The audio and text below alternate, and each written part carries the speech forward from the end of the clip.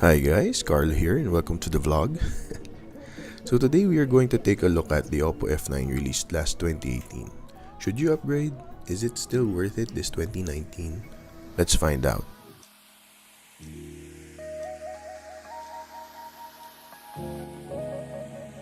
Before anything else, let's take a look at the specs. A little bit of backstory, I got my F9 way back September 2018 during its launch. I loaned it from Home Credit as a replacement phone for my LG G4. The G4 is alright, but during this time, I just finished my old Home Credit loan and was thinking that maybe it's time for a new phone. If you have not watched my Home Credit video, I answer some questions about the service linked in the card above. Also, if you're curious as to what I bought with my first loan, I will also link that in the video card. The F9 display is very nice with a small teardrop shaped notch, which is not that common 9 months ago. Phones during that time usually had massive notches.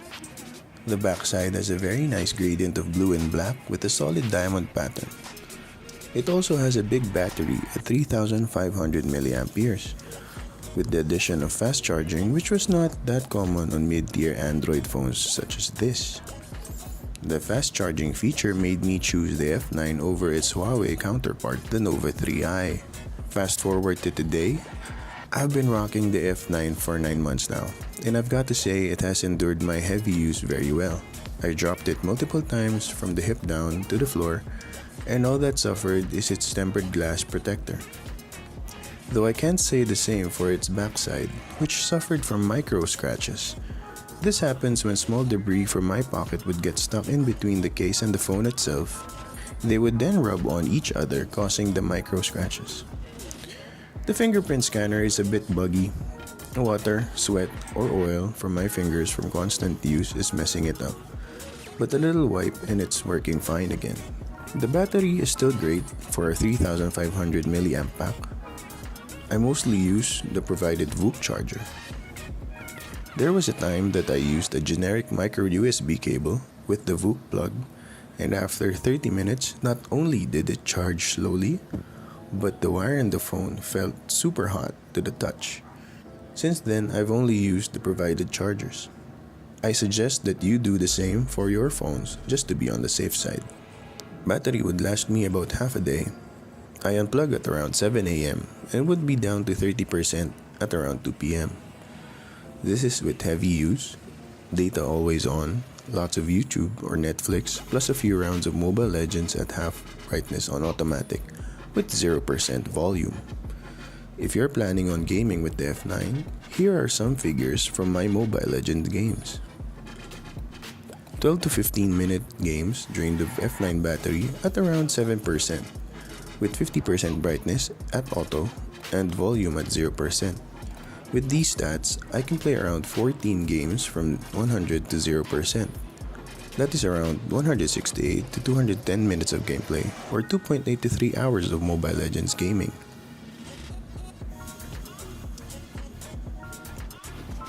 Regarding the performance, the Helio P60 paired with the Mali G72 GPU can still game and run demanding games on medium.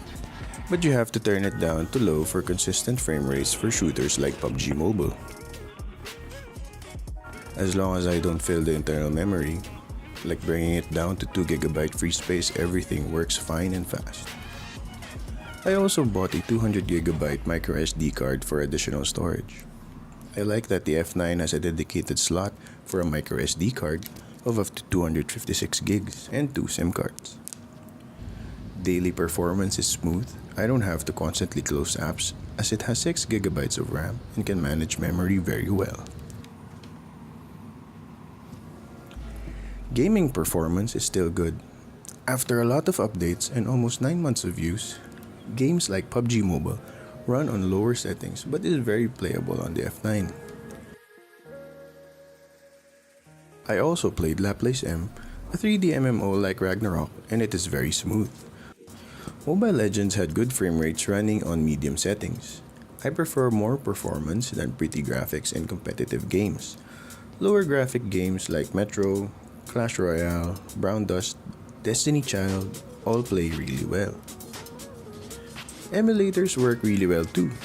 I've tried PPSSPP, Drastic, and PSXE for Android and all works really well.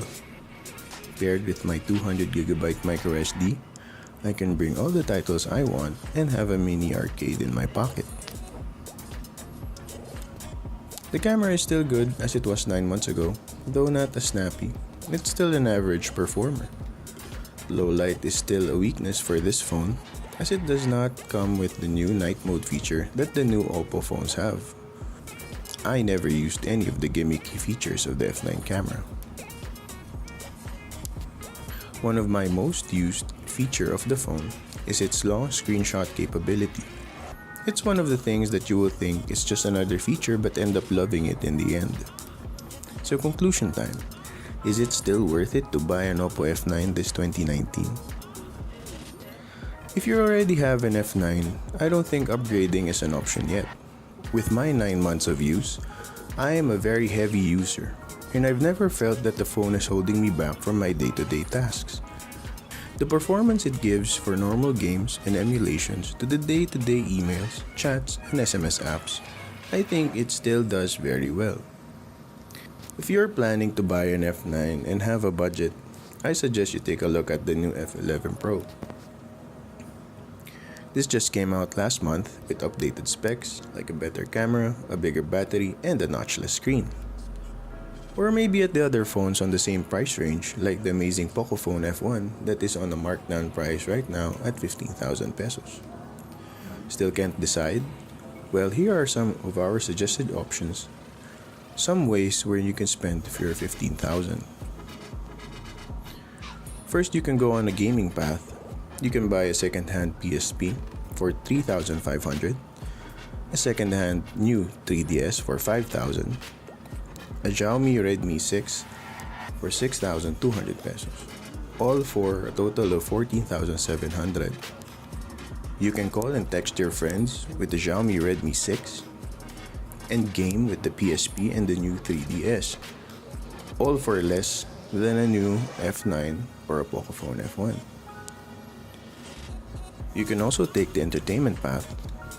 You can buy a Xiaomi Mi Pad 4 for 10,990, a Xiaomi Redmi 6A for 4,890, for a total of 15,880. This goes a bit above budget, but this is for people who are prioritizing entertainment above anything else. If you still can't decide, we have a food path. For 15,000 pesos, you can buy 150 pieces, 2 pieces Chicken Joy a la carte. Or, if you have a sweet tooth, you can buy 456 pieces of Krispy Kreme glazed donuts. That's 38 boxes of donuts. That's it for today. If you like this video, don't forget to give us a thumbs up and subscribe to this channel. Don't forget to click the bell icon for notifications so you don't miss any of our future videos.